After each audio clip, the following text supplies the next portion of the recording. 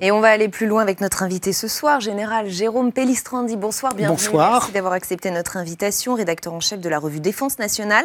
Donc pas de problème de recrutement dans l'armée, surtout depuis 2015. En revanche, l'armée n'arrive pas à garder ses recrues. C'est la conclusion majeure de ce rapport. Est-ce que vous aviez fait le même constat? Est-ce que vous êtes surpris, pas surpris? Comment vous voyez cela? Alors, nous ne sommes pas surpris et il faut, je dirais, nuancer. Parce que, effectivement, comme vous l'avez dit, nous recrutons 25 000 personnels, jeunes hommes, jeunes femmes, et qui vont en gros de bac-3 à voire bac+9.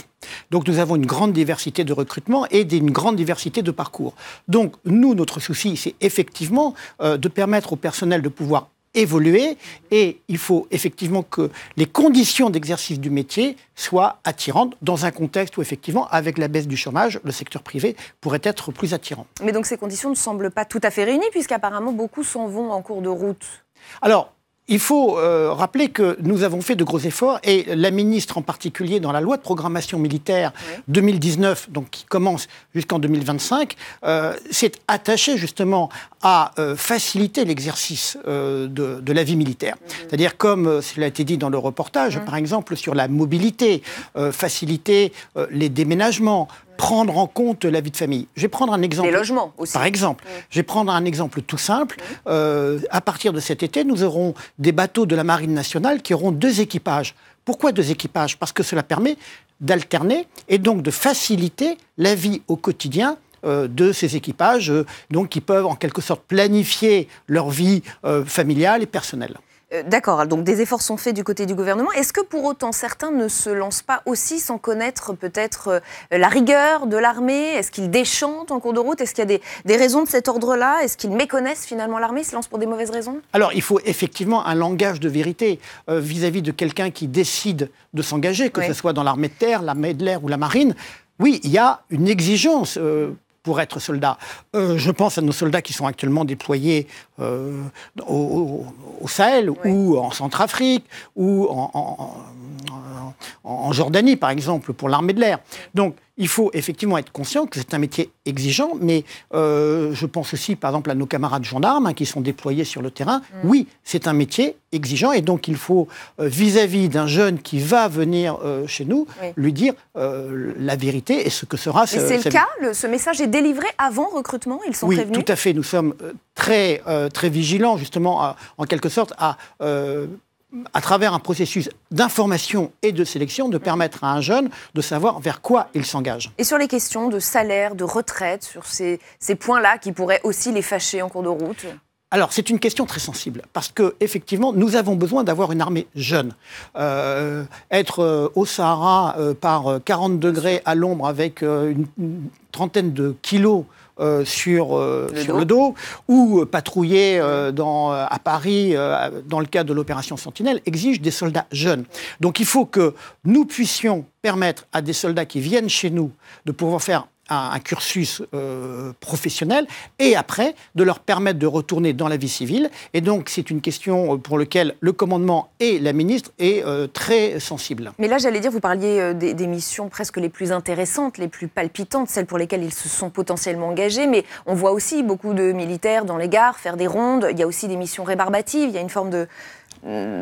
D'où la responsabilité du commandement de donner un sens à sa mission. C'est-à-dire qu'effectivement, la mission Sentinelle, c'est pour lutter contre le terrorisme. Et on l'a vu à plusieurs reprises, je pense en décembre à Strasbourg, où ce sont des soldats de l'opération Sentinelle qui ont neutralisé le tueur qui avait commis ces meurtres. Et donc, il faut donner du sens. Et ça, c'est la responsabilité du commandement d'expliquer que nos soldats, effectivement, font une opération Sentinelle, ensuite ils seront projetés. Et donc, il n'y a pas de mission ingrate, disons. Il faut donner toujours un sens à la mission, quel que soit le type de mission. Le rapport pointe aussi un problème de qualité des recrues. Alors je cite le rapport, une baisse qualitative des viviers de recrutement. C'est ainsi que c'est formulé. Est-ce qu'on est moins exigeant au moment du recrutement? Est-ce que c'est générationnel? Comment vous expliquez cela?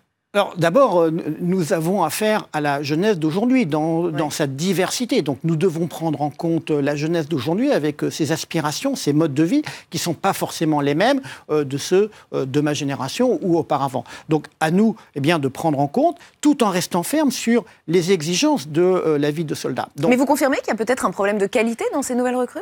Alors, Ce problème de qualité, d'abord, il faut voir que nous couvrons un champ de compétences, je vous l'ai dit, de bac -3 à bac +9, avec une très grande diversité. Donc, à nous d'adapter effectivement le recrutement, et surtout, je crois que c'est le plus important, de permettre à chaque jeune homme ou jeune femme qui vient dans l'institution de pouvoir progresser.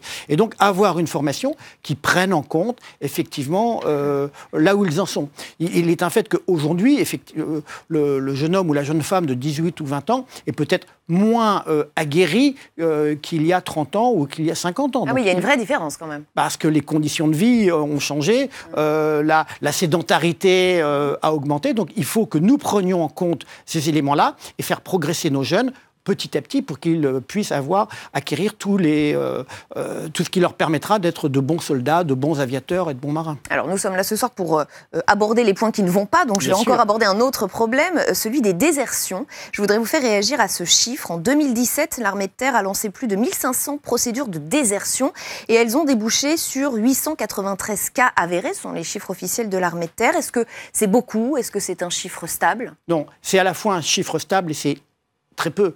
L'armée de terre, c'est environ 100 000 hommes et femmes, et donc c'est un chiffre très faible. Effectivement, il peut y avoir des garçons ou des jeunes filles qui se sont engagés et pour lesquels, effectivement, ce n'était pas la voie. Donc, par contre, il y a une question de responsabilité, et alors plutôt que de déserter, il faut mieux qu'un jeune dise je ne suis pas fait pour ça, il y a des procédures. Donc, c'est un chiffre qui est très faible et qui traduit aussi le fait. Et ça, je crois que c'est une des qualités de nos armées, c'est le rôle de l'encadrement de contact, d'être au quotidien avec les soldats, et d'ailleurs on le voit bien dans les opérations, nous vivons dans les mêmes conditions que nos soldats, eh bien, de prendre en compte les problèmes personnels. Effectivement, un jeune de 20 ans, il a besoin, dans un milieu, et en particulier quand il est dans une opération, qu'on le prenne en compte et qu'on l'écoute. Et je crois que de ce côté-là, nous faisons un effort permanent. Et donc ce chiffre est très faible par rapport au nombre de soldats sous l'uniforme. Et sur le plan technologique, est-ce que vous diriez que nos armées se modernisent au bon rythme, que nous prenons ce virage technologique ?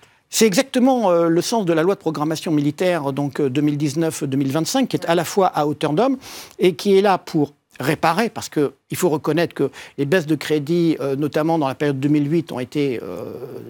on fait du mal à l'armée. On fait du mal, et donc il faut remonter la pente. Et on le verra à l'occasion du défilé du 14 juillet, avec la présentation de nouveaux matériels qui rentrent en service.